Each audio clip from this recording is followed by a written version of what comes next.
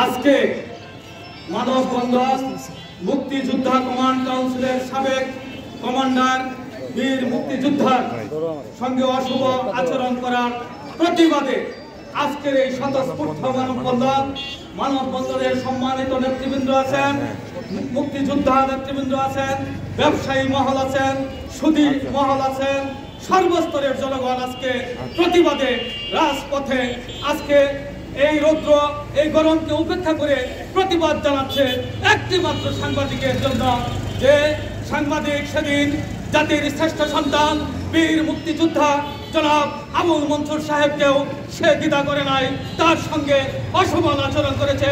আমরা নকলাবাসী এর তীব্র প্রতিবাদ জানাই, নিন্দা জানাই এবং শাস্তি চাই, তার সুবিচার হোক।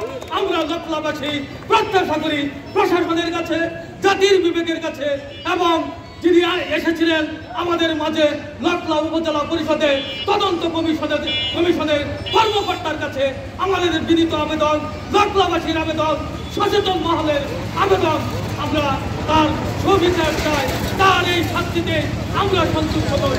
এর চেয়েও বড় শাস্তি হবে যাতে ভবিষ্যতে কেউ এটা সুযোগ না পায়। সবার মঙ্গল, সুস্বাস্থ্য এবং দীর্ঘায়ু কামনা করে আবারও তীব্র প্রতিবাদ জানিয়ে আমি আমার সংক্ষিপ্ত কথা এখানে শেষ করলাম। জয় বাংলা, জয় বঙ্গবন্ধু, জয় হোক আজকের মানববন্ধনে। এখন আপনাদের মাঝে